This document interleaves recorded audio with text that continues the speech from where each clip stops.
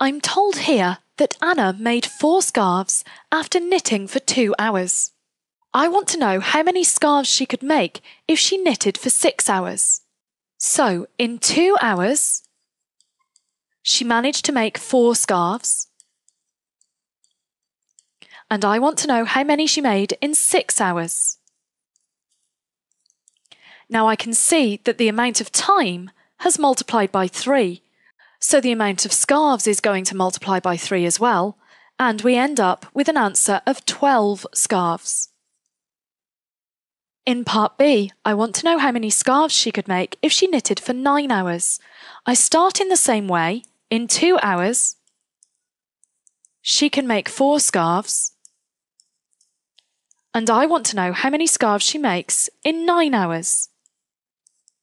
But I can't easily get from 2 to 9, so what I'm going to do is work out how many scarves she can make in 1 hour.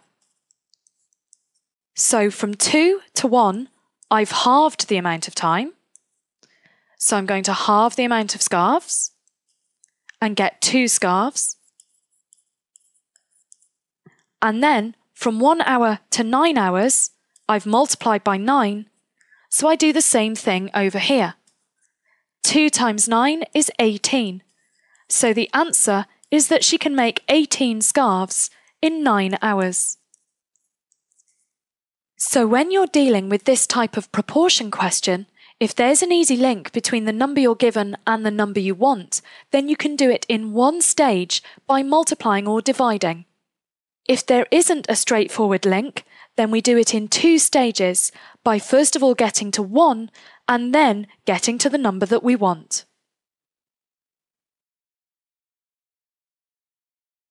Here's one of those for you to try. Press pause and have a go. When you're ready, press play. Here are the answers.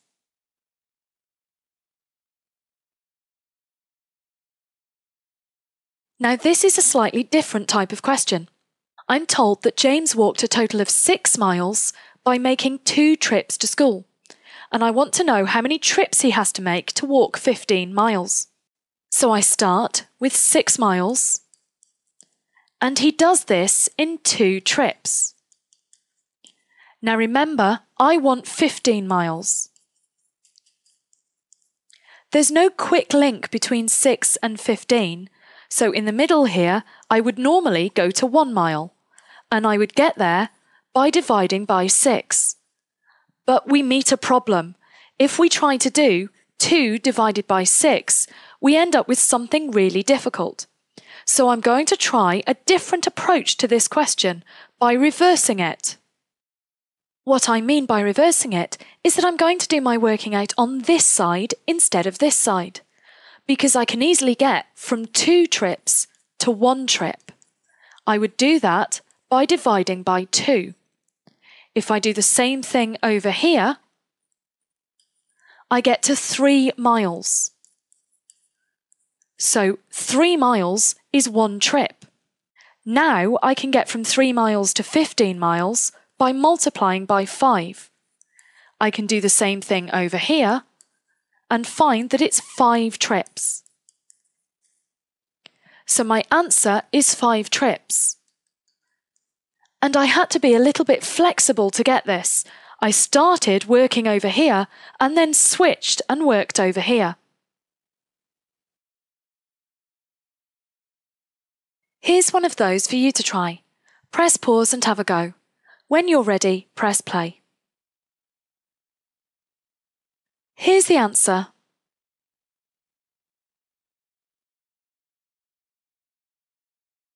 This question could be on the calculator paper. We still approach it in the same way. 5 apples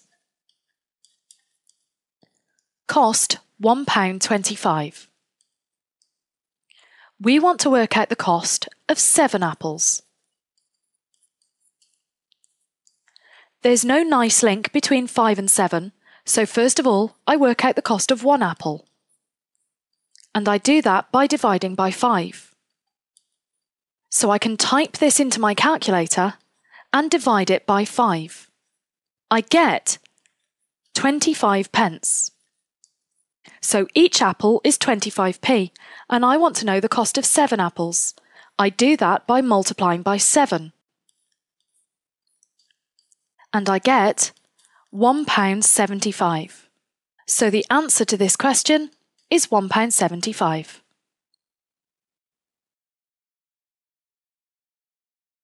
Here's one of those for you to try.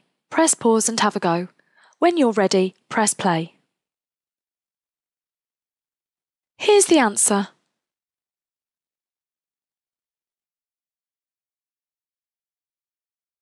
I'm going to start this question in the same way as before. I'm told that one person can paint a fence in 4 hours. And I want to know how long it would take 2 people. Now it's really tempting to say we've multiplied by 2 over here, so we multiply by 2 over here. But hang on a moment and think. If they're painting a fence and there's 2 of them and they help each other, it's going to take less time, not more time, so we don't want to double this. Instead, if we times by 2 over here, we divide by 2 over here. And we get that it will take 2 hours. It's called inverse proportion because if I multiply on this side, I do the inverse, which is division, on this side, and vice versa. If I divide over here, then I multiply over here. So in the same way here, I'm told that 3 people can dig a trench in 3 hours. So 3 people take 3 hours. And I want to know how long it would take 1 person. So on this side, I'm dividing by 3. Now, if 3 people dig a trench in 3 hours, it's going to take 1 person much longer. So instead of dividing, I have to do the inverse, which is multiplying. So I multiply by 3, and I get the answer 9 hours.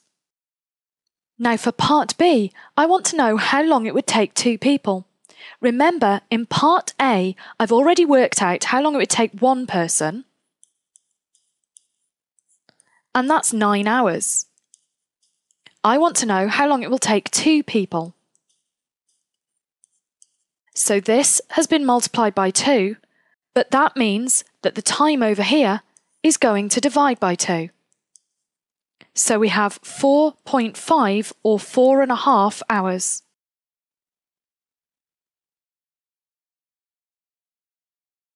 Here are some of those for you to try. Press pause and have a go.